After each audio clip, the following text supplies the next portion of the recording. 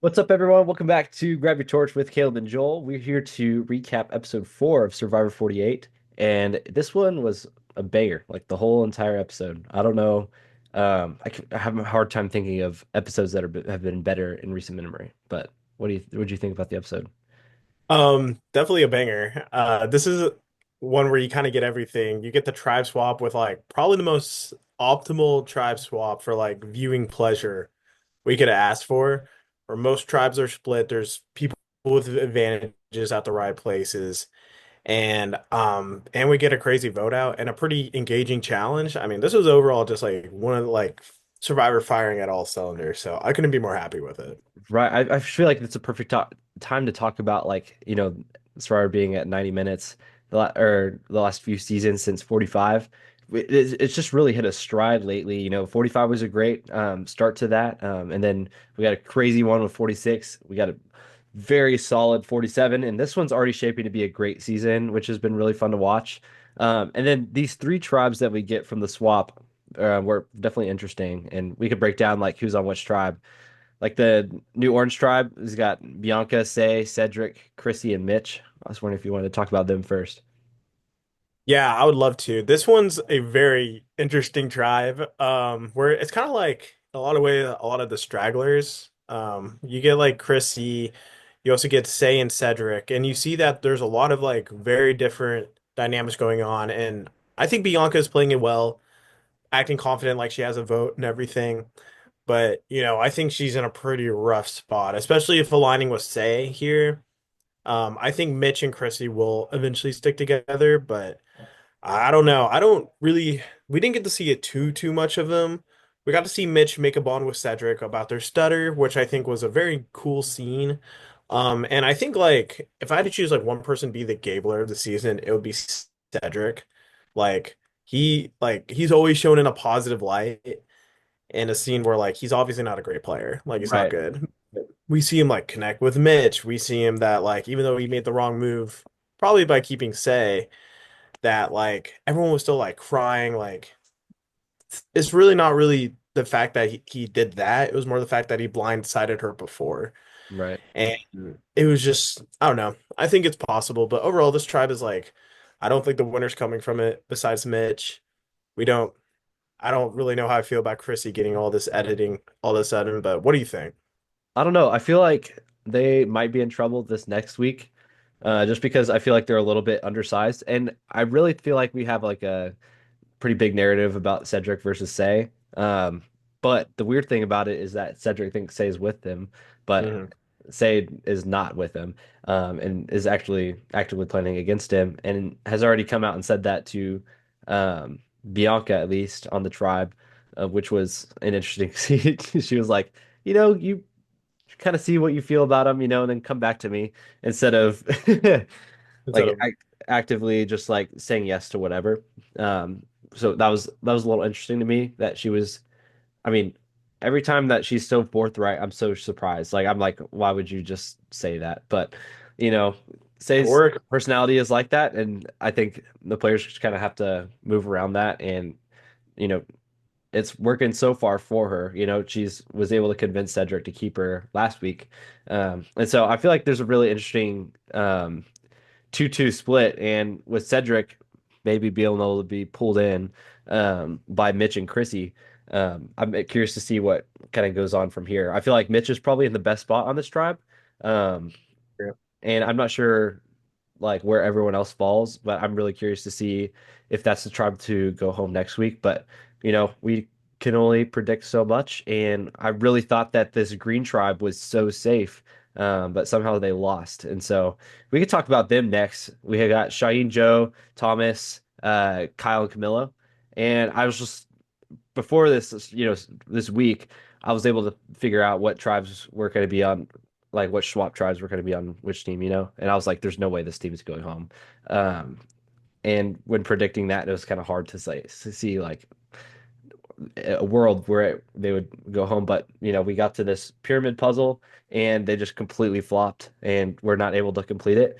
So here we are, and we have a really interesting situation here. We got a good setup at the beginning of the episode with Kyle and Camilla kind of downplaying their alliance, and I'm curious to see what your thoughts were on their gameplay and like how this played out. Yeah, we'll definitely talk more when we get into tribal, but I think they played that about as well as they could have. They definitely took a gamble there, but I think like the tribe itself, like looking at it, I was like, oh, California girls are here. It's a named alliance. Either Camilla or Kyle's going home. Right. And then like the more you thought about it, it's like, well, Kyle has an idol, Camilla has an extra vote, and then like the survivor gears start turning, and you're like, realistically, like they didn't like Kyle didn't have to use his idol. He could have forced a tie. But then like I like who knows? Maybe Thomas would have played his steal a vote. And so this like was a tribal where I'm like could be the most explosive, but also one where I didn't expect it going like that because I mean you have like arguably the five most like challenge ready people where Camilla and Thomas are both the puzzle makers. You have three ginormous guys and Kyle Shaheen and Joe. And seeing them lose and being that confident before the challenge too looked really bad, but also was just like led to a very explosive episode. And I really do like this drive. Right. It was really hard to see Thomas go. I thought that like each member on this tribe was someone I wanted to see a lot further in the season. So that was really hard to kind of stomach because there's just been a few, players on this season that's been kind of under edited or just not playing as well, which I would have rather seen them go home. But with what we got, I thought it was just such a great episode the way that, Kyle and Camille downplayed it, but like didn't downplay it too much that were an alliance, in the way that Kyle immediately just picked up on what Camilla was dropping. I just thought that was like expert, social gameplay, and it proved to be like one of the best moves I've seen in a while. Yeah, especially socially. We like it could have been so easily unfoiled, but we see like Shaheen like like completely fooled, which doesn't look great on him. But a part of me is like, oh, that's just like so it's a toss up between Thomas and him for this episode. But still, it didn't look good, and it shows like how good these two are as a duo. And like even like we'll get to it, but even after the tribal, like the Joe and Shaheen still don't know that they're together. They just think Kyle idled. You know what I mean? Right. So they're in Well, a I mean, great there spot. was there was multiple votes for Camilla, so I mean, multiple votes towards Thomas. So I Uh, feel like that shows they, like they may, she might have wanted to vote Kyle there, but that's okay. But either way, it was a great social move. One of those moves where like when you watch it, it isn't like, yeah, idle, but like it's more than just like, oh, he got like an advantage. Now it breaks the game. Like a lot went into it. And I think it's like one of those pure survivor moves where like it was just a tribe swap and things happen. right. And this is like the beauty of a tribe swap and why you should vote for a tribe swap in the vote. So Yeah. make sure you do that. Well, Um, what do you think about the season 50 votes that we got this week? a little underwhelmed about the Final Four immunity. I was kind of hoping something a little more explosive. Maybe something that like, yeah, it looks like endurance, but doesn't really last all that long. Like for example, I just finished rewatching Vanuatu. You could do the arrow thing. It only lasted like 2 hours. So there's things you could have done, but I voted for option A. Um, I think that one's probably the most like Final Four-ish to me, where you get to see a lot of stuff happening. And the other two, I've seen enough of them. So I wouldn't blame anyone for anything on that one though. What do you think? Yeah, I definitely agree with you. It was kind of disappointing to see like the Final Four immunity from like the last three seasons be the options instead of like pulling from like classic Survivor. And they could have just done anything. Like I would have loved like Hands on a Hard Idol, just to bring it back to season Yeah. one. That would have just been really cool to see. But they're not really budging with like, their like being cheap on different things lately. And so it is what it is. I also went with option A just because I thought that was a lot of fun watching that in season 46. Um, and I thought we've seen so much of the one where you put the ball in some motion. It's just because like I think we've seen that probably like in the last 20 seasons. I think we've seen it like five or six times, which is too many. Um, and I think the other option, which was just like the obstacle course, that's just pretty generic to me. So Yeah, I agree. And then I believe what was the middle one? Um oh, the advantages. This one was actually interesting. Because we had minimal, strategic, and I think it was a dynamic.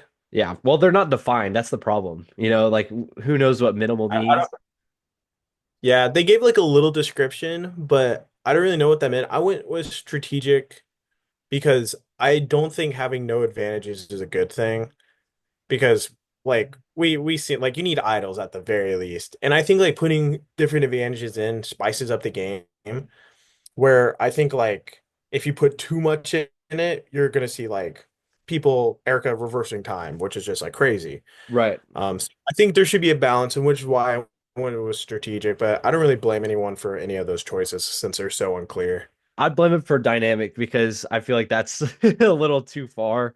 Just because, like, Yeah, I'd rather have more, you know, players, choice and um their decisions to influence the game more than anything else.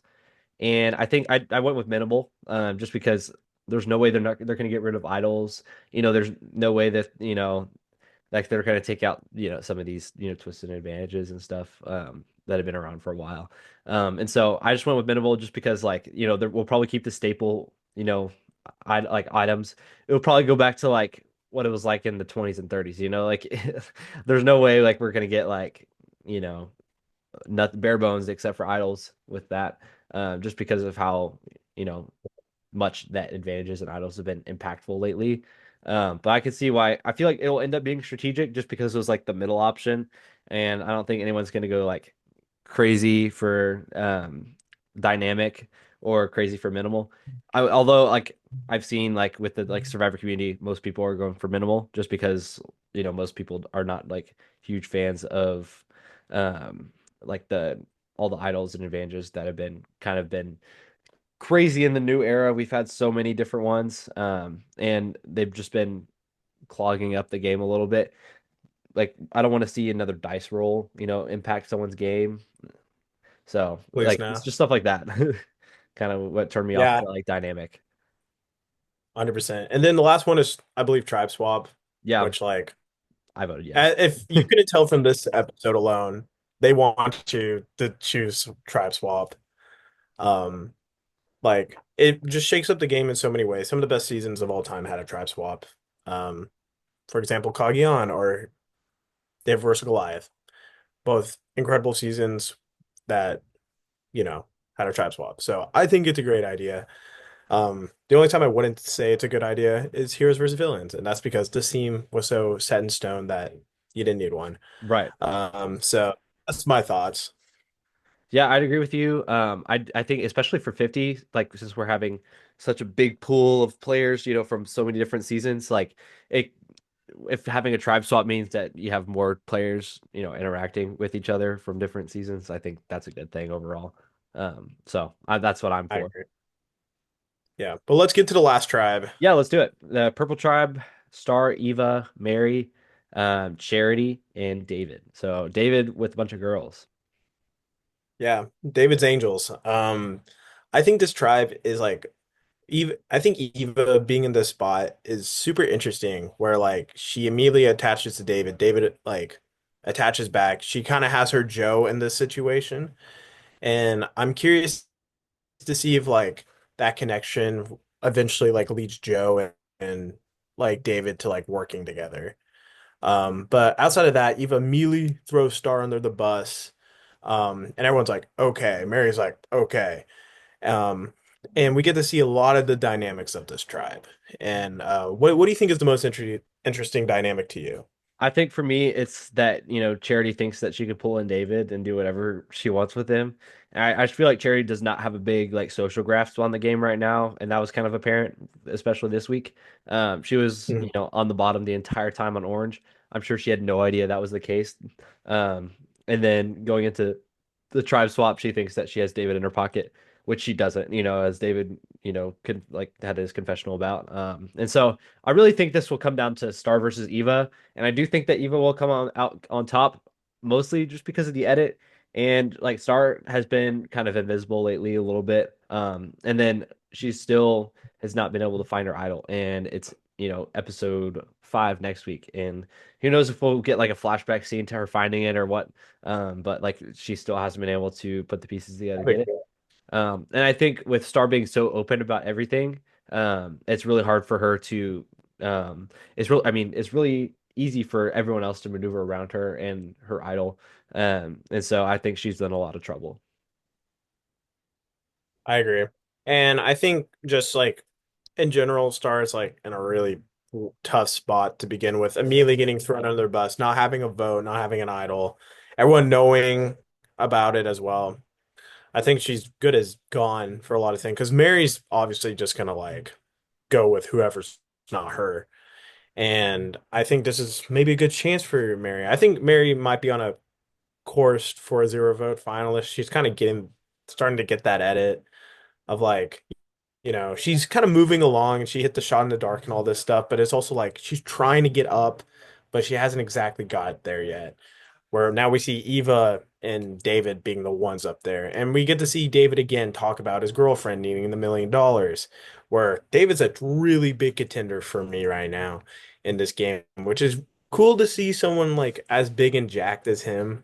Like, first off, not be an idiot and like not be like, weird, but Right. like two, like be a good game player, putting up the puppy dog routine, which I think is like such a interesting way of handling that. So I really like him. I really like this tribe, and I kind of hope they go to tribal just because Yeah. I think cutting some of the fluff would be nice. Yeah, their dynamics that trial would be great to see. And yeah, I'm excited to see like both like the orange and purple. I want to see them both go to like tribal before, the mergatory or merge, whatever it is, ends up being. Um, and I think that would just be great to watch. Just like with I think this is our last pre-merge episode, right? Like there's usually only five, or is there, I think I is think there are we might be starting one next? more. Yeah, okay, maybe so. But, regardless, I think Mary's in a perfect spot on this tribe because you have, David and Charity kind of not against each other, and then especially Even Star. And I also want to kind of talk about this preview for next week with Jeff crying. I don't know if you've seen like the promos for next week. But it looks interesting. I didn't see that part. Yeah, He's there was like it, crying. it was like dramatic music and this edit was like we've never seen anything like this on Survivor before. And just crying about something. It seems like it's at a challenge. So I have a feeling that it'll have to do with like Eva, having something with her autism and her teammates like helping her with it. That might make Jeff cry. Who knows? Yeah. That'd be obviously not great for Eva like mentally, but like it'd be cool to like see people do that or like see Joe come from like the other tribe to help her like he promised. Something like that. Yeah, But yeah, I think we should get into the challenge. yeah. I Let's do like it. the challenge. Um, the new puzzle, obviously, it's kind of like the iteration of like the boulder and like climbing up it, but like the cube is like interesting, and we got to see like they did it during like all the Survivor events, like the little like thing that you throw through. Hmm. Um, and it was cool to see like per usual, like the dynamics of this like challenge were like going up and down the entire time. Like no one Right. was like truly in the lead except Green, who blew it. Yeah. So what were your thoughts? I thought it was a good challenge. Apparently we've seen this pyramid puzzle in Redemption Island, like episode 1 of Redemption Island. So it's Oh, been that long. That's what I dang. saw online. But I think it's interesting that we had, kind of a throwback puzzle a little bit. And then the beginning of the challenge was fun to watch too. Um, you know, the challenge kind of is what they are for me. Like there's not a lot of like challenges that I'm like, whoa, this is the best challenge ever. I really enjoyed like going back to like season 42 with Jonathan, like bulldozing everyone and winning that Yeah, challenge single-handedly. Like that was a really cool moment. But it's like at this point, like I enjoy watching it, but that's kind of not what I watch Survivor for. That's part of it. It's a little fun that kind of breaks up the episode a little bit and, makes it a little bit more dynamic with like, social and physical. So like that part about it I enjoy. But like, in each individual challenge like design, like that doesn't like I don't really have a soap opera about that. that's Soapbox. fair. I I mean. think yeah. I think it's very interesting how like specifically like the California girls like look at challenges as like you're either a physical or a puzzle maker, you know? Yeah, And you got to see that like even though this big tribe was like super confident that it didn't really matter. And I really like that. I really like Jeff kind of talking like, yeah, it's even better because you lost. This is kind of like more old school Jeff of like not being spicy Jeff to be spicy Jeff, but just being Jeff. right. And I really like that. But then we get into tribal and the dynamics that happen. So what were your thoughts on like them being like going one on one and that kind of thing? Um, I'm not sure. I didn't really notice anything crazy with tribal. I thought like they all seemed pretty good with like their you're kind of eulogizing themselves. Mhm. And they all did a good job of like acting with that. And I think like especially, Camilla did a good job of that. Just because like she really played it off to where they didn't have any idea that she was not with them. So I thought that Mhm. that was really impressive. And also like if I'm, you know, an alliance of three, going into with an alliance of two, going or an alliance three going into a tribe swap, with two other people. I'm probably just gonna go.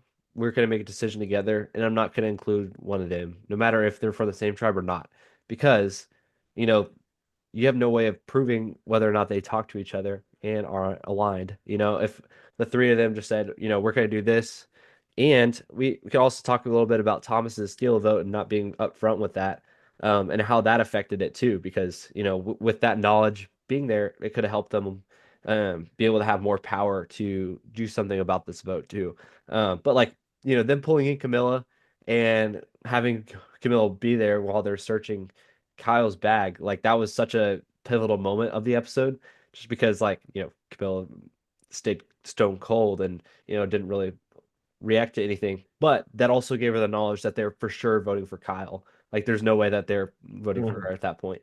And I think that knowledge helped her, like helped Kyle obviously put idol for himself, and help both of them move forward in the game. So I think being able to keep, who we're voting for secret, and I know there's still chances for idols and stuff, but as soon as they looked through the bag and didn't look in his shoe, I think that kind of gave them more confidence that they were fine, didn't um need help, with, who to vote for and stuff. Um and Mhm. they were like, there's no way they have an idol. And I think you should always have to assume there's something and play around, even if um just play it safe no matter what, even if you think you don't see anything, because these 47 and 48 players learned from 46's mistake and have been playing their stuff and um, being secretive about it. And so I think that's been really impressive for them. I completely agree. And we see Kyle be like, I saw 46. Like I'm playing it.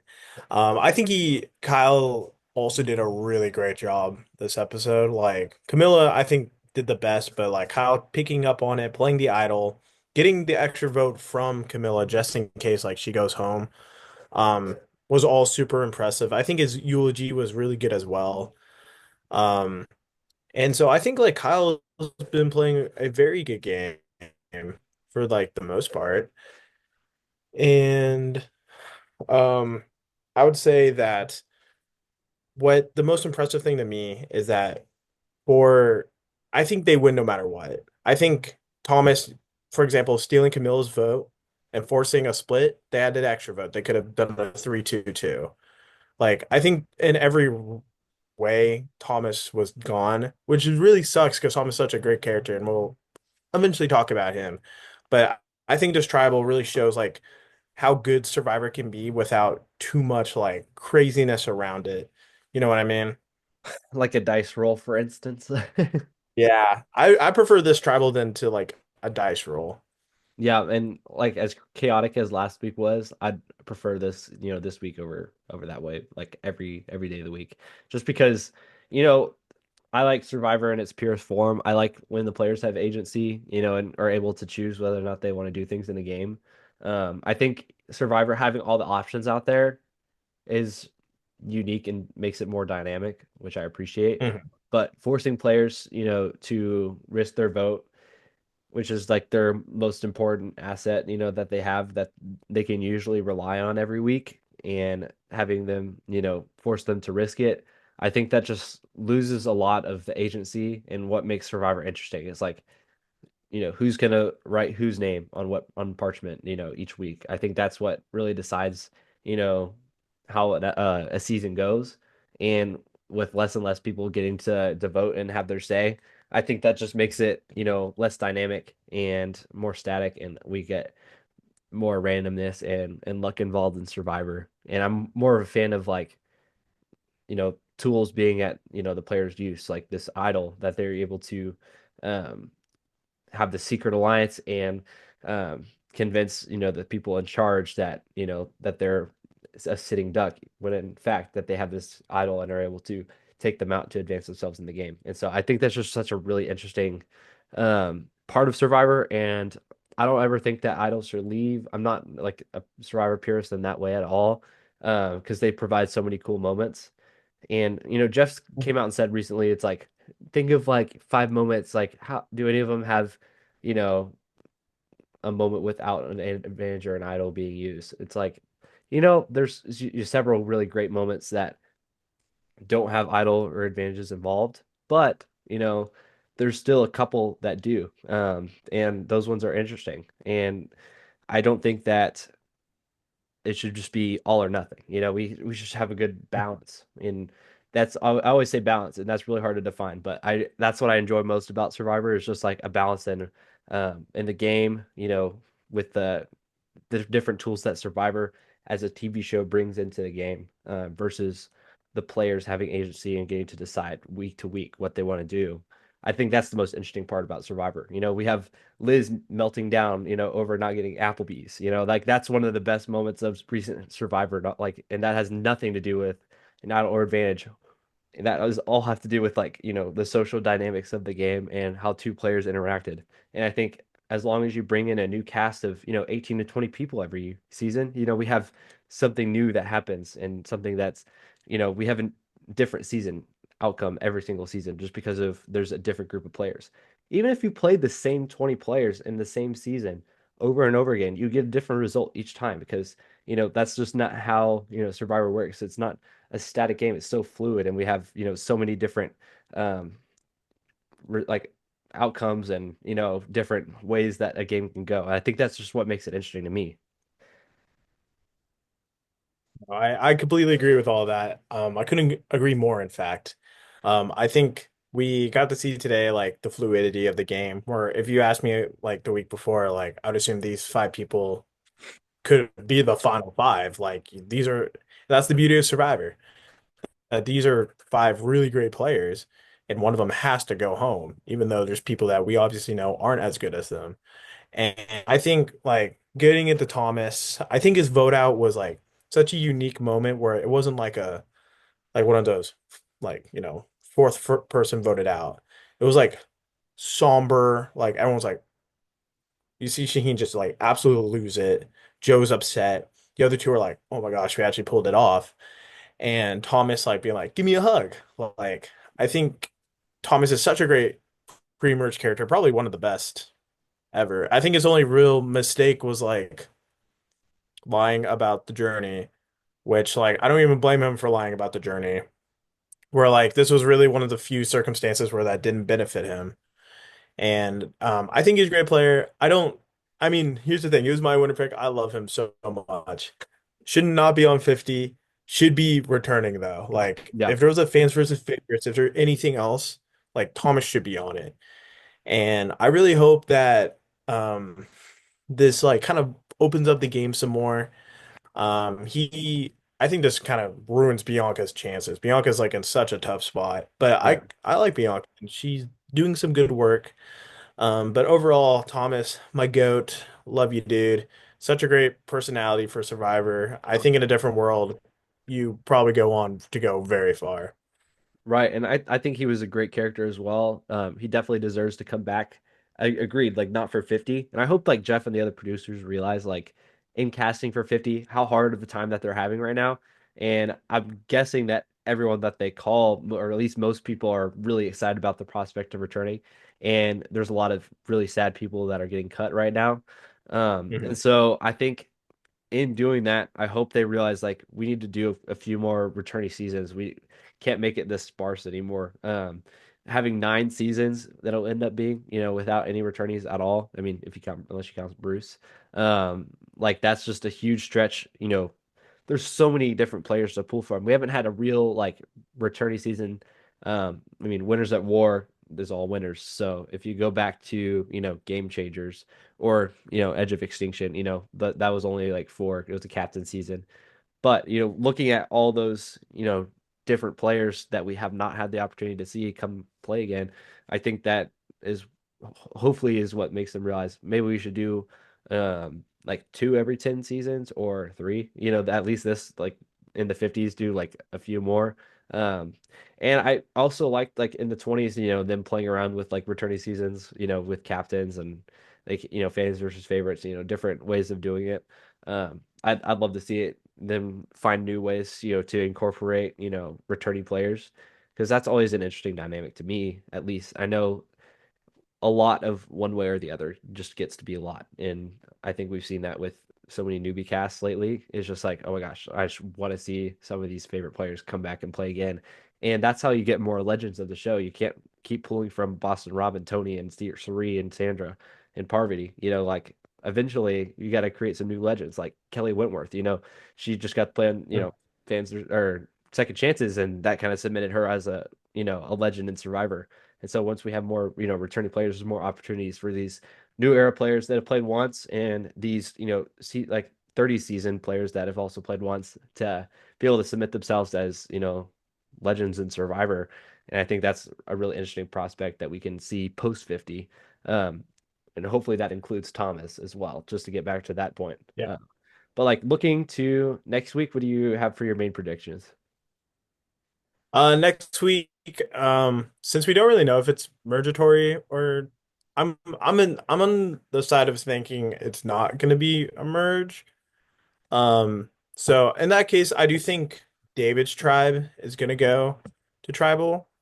Um, I think Star's gonna go. I don't really see Star making the merge. She might be the mergatory boot, but she just hasn't had much content. Outside of that, if it is a mergatory, um, I hope it's the 47 sort of thing where it's like basically just a merge. And Jeff said like went on to say he didn't really like that, but I mean, it's what it is. It's like the Right. name of the game. And I don't really see too many like I think Star could be one of those people that everyone votes for. But I'm really excited for this merge, where this is like a season where like, yeah, we kind of knew like we didn't really know like Rachel was gonna win last season. Like we kind of knew Kenzie was gonna win, and like Dee was like really on the uptick. This season, we have some people that like all of them have like a legitimate like could go all the way. And I hope that they keep up the editing where we are just on our toes the whole time. And that's all I could really ask for. Yeah, I definitely think there was a point last season where Rachel became a clear front runner. And I also agree with you. I was gonna say that my pick to go home this week was gonna be Star as well. I just feel like she's a sitting duck. She hasn't had good content, not a lot of positive content at least. And I think, um, their tribe will survive, will side with Eva in this case, because Eva's just kind of been really forthright about throwing her under the bus very quickly, and so I think that might just be the easy thing to do for the rest of the tribe. So I think that's where that will end up, and I also think that um, we won't see the Mergatory this week. I think we have another pre-merge week this week, and then after that, it should be Mergatory. But we'll see what happens. I've really enjoyed the season so far, and I hope it continues to be a good one. Me too, man. All right. Well, thank you guys for watching. Please hit the like button and subscribe to the channel if you're watching on YouTube. And then please follow along and subscribe wherever you listen to podcasts if you like to listen in audio form. So we're really grateful for you guys and thank you for watching again and hope to see you next week. See ya.